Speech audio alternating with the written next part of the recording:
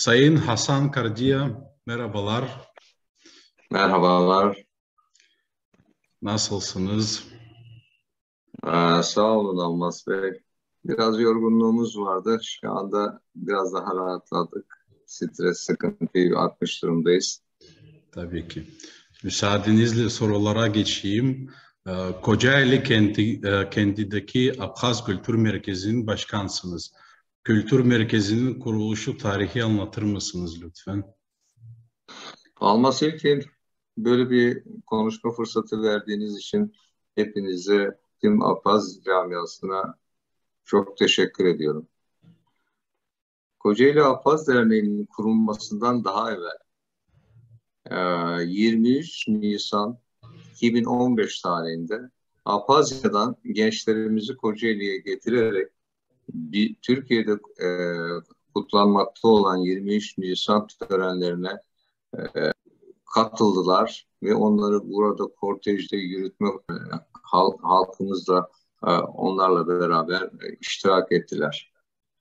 Sonra yani kurulması gerekiyor. Apaz Derneği'nin Kocaeli'de kurulması gerekiyor. Büyük bir potansiyelin olduğunu fark ettik.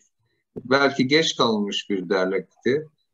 Fakat 8. ay 2015 yılının 8. ayında Kocaeli Apaz Derneği'ni kurduk. İlkin gece binada kuruluşunu gerçekleştirdik. Daha sonra devlete ait bir binayı ihale yoluyla alarak derneğimize binasını oraya taşıdık. Bir takım restorasyonlar yapıldı ve orada faaliyetleri gerçekleştirmeye başladık. İşte folklordu, dil kursuydu, kazaziye gibi bazı etkinlikleri orada yaptık. Daha sonra Kocaeli Apaz Derneği'nin sınırları içerisinde olan Babalı ve Karaağaç bölgeleri var. Ne kadar diğer derneklerin bu bölgeye yılda bir seferde olsa gelmelerine rağmen ama bizim sınırlarımızın içerisinde olduğu için organizasyonlar bize ait oldu.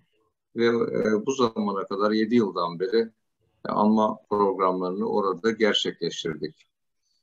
Ayrıca o bölgeye gelenler çok iyi bilir.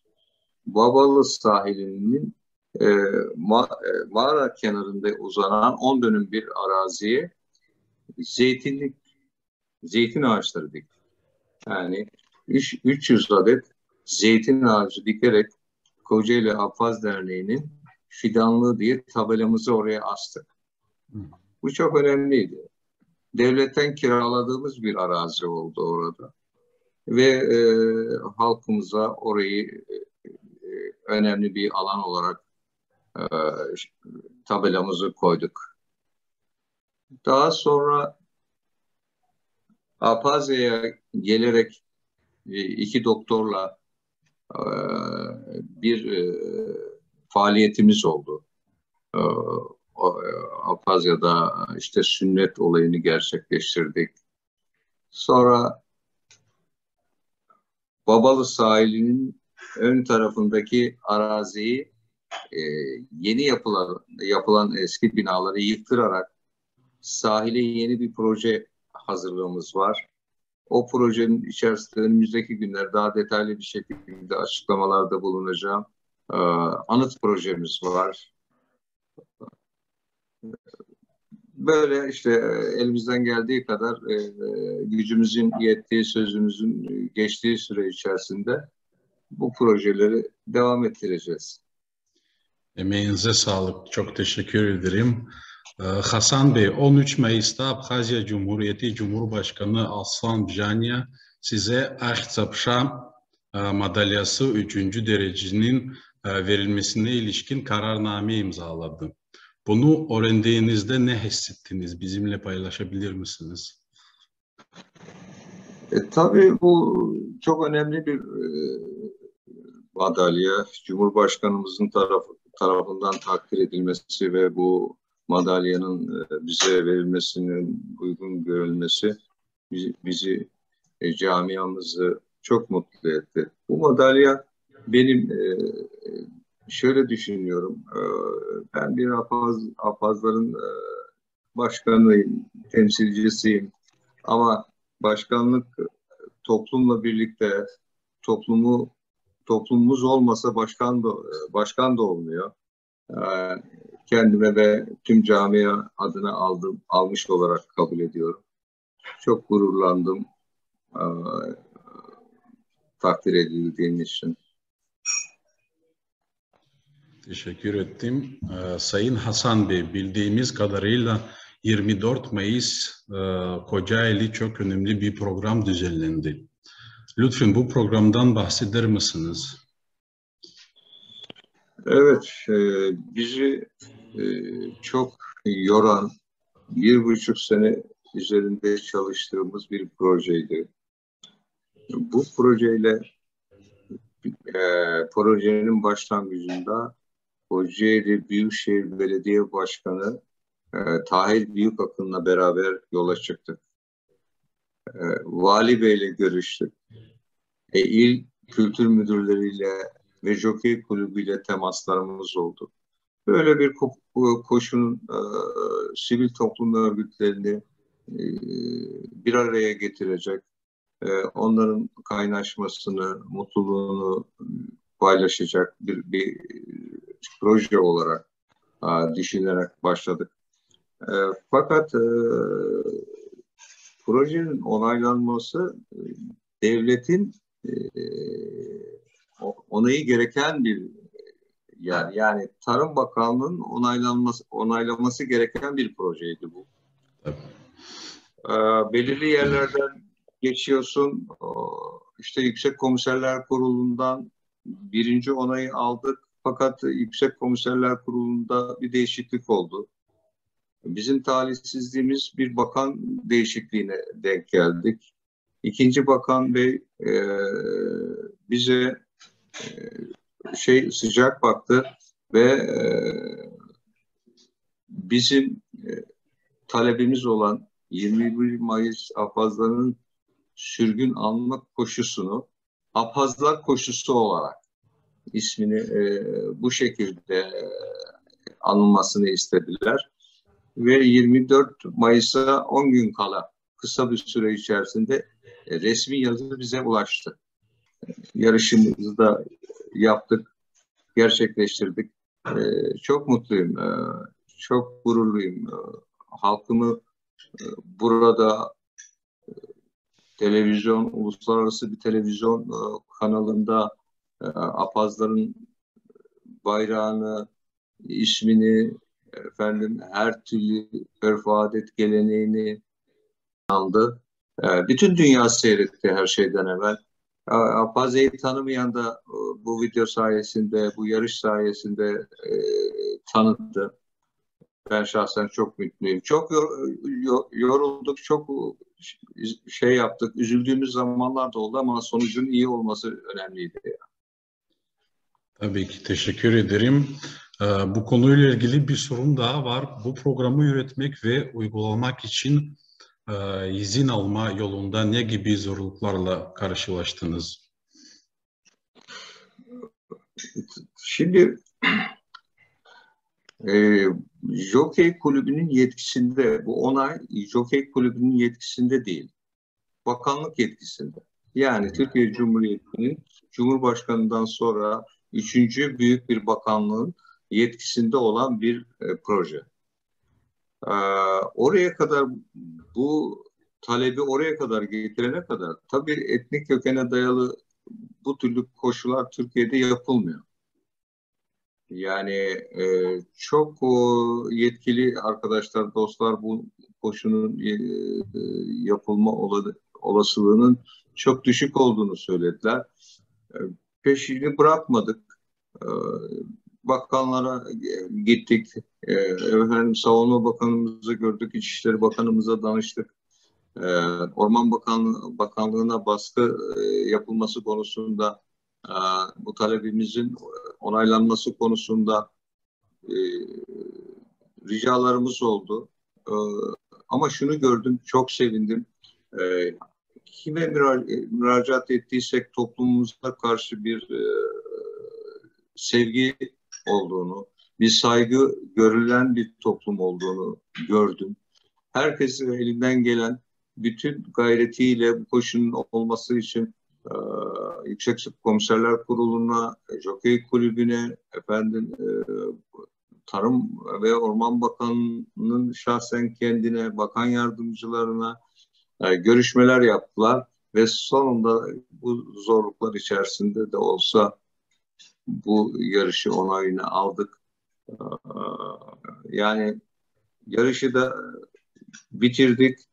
Bu yılki yarış tamam ama bundan sonraki yarışlar gelecek yıllarda yapılacak olan yarışlarda belki daha önceden iyi hazırlanma fırsatı da olacak.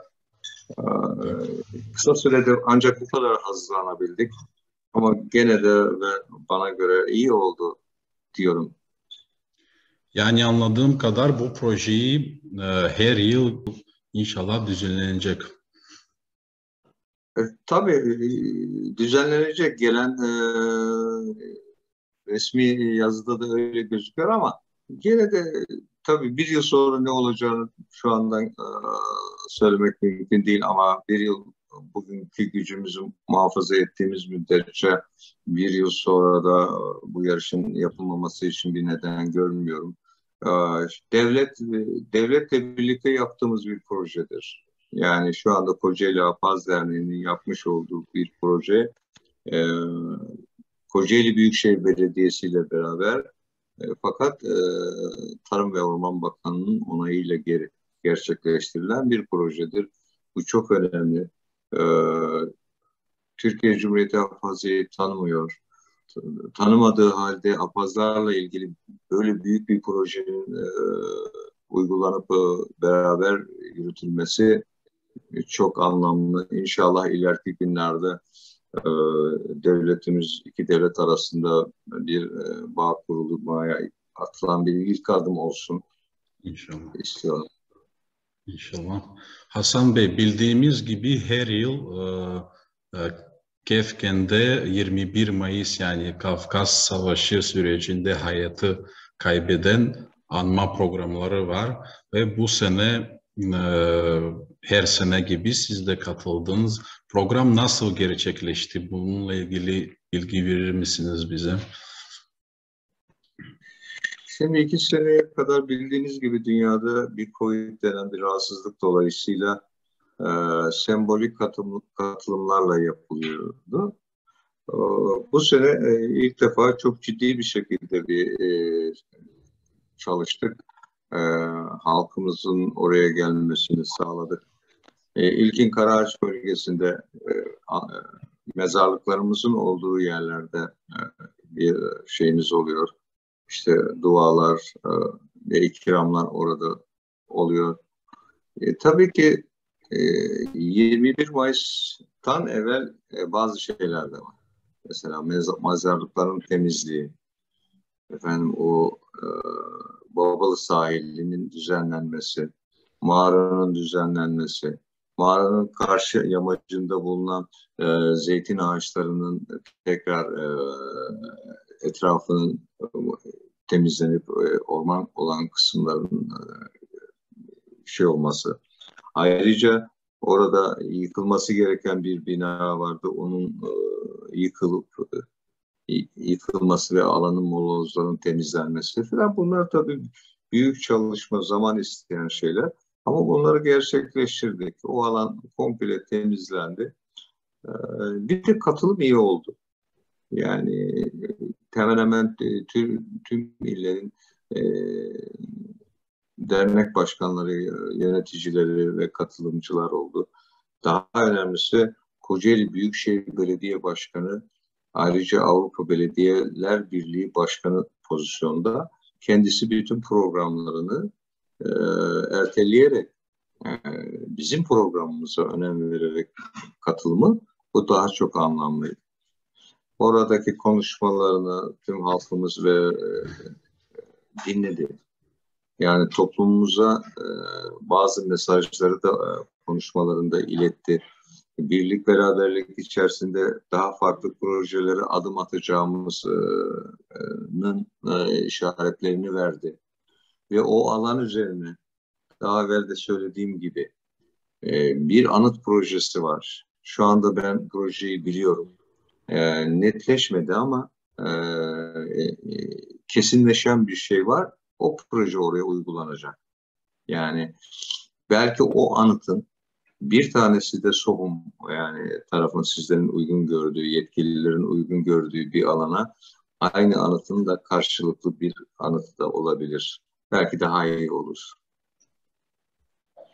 Teşekkür ettim ve son soru olacak Hasan Bey. Dünyada olan tüm Abhazlara ne dilemek isterdiniz? Şimdi tabii ki Apazya'daki nüfusun belki birkaç katı dünyada. E, Savaştan sonra 1,5 milyon Apaz Kafkasya'dan göç etmiş. Büyük bir kısmı Türkiye'de yaşıyor. İşte Suriye, Ürdün, Afrika'nın bazı bölgelerinde yerleşmişler.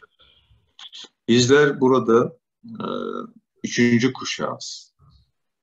Yani Türkiye'de bizim nesil üçüncü kuşak olarak gözüküyor.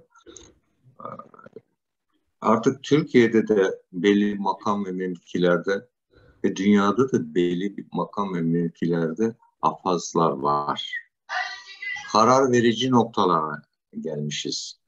Ve bu karar verici noktalardan Apazya ile ilgili devletler arası ilişkilerinin daha öne alınması, daha bir yaklaşılmalı. Ulaşımla ilgili uçağın haricinde Türkiye'den gemiyle Sohum'a ulaşım sağlanmalı. Belki mümkünse karayoluyla Apazya'nın devletler arasındaki anlaşmalar neticesinde karayoluyla Apazya'ya ulaşımın kolaylaştırılması. Diasporadaki Apazların iş adamlarının turizm olarak seçtiği bölgeler Apazya olmalı. Apazya'ya gidilmeli. Dışarıdaki kaynakların mümkünse Apazya sınırları içerisinde aktarılmalı. Apazya'nın içerisinde oradaki yetkililer oranın şeyini daha iyi bilirler. Ama bizim gördüğümüz kadar tarımın ön plana alınması gerektiğini. Çünkü öz kaynak, eğer senin kendi gıdanı kendin üretip kendin ne dönük bir şey yapabilirsen o çok daha farklı bir şey. Tüm Apazların Apazya ile ilgili kendi güçlerinin en az bir kısmını sarf etmelerini isterim. Evet, Hasan Bey çok teşekkür ederim size. Davet ettik ve olumlu bir şekilde karşılaştınız o daveti. Çok teşekkür ediyorum. Sayın seyirciler, bugünkü bizim misafirimiz Kocaeli Abhaz Derneği Başkanı, Akçapşa Madalyası 3. derecenin sahibi Sayın Hasan Kardia. Itabu Bidudzan, Öpkahai Kıralanza. Çok teşekkür ederim. Görüşmek üzere. Hepinize saygı, sevgiler bizden. Üzere. Tekrar görüşmek üzere.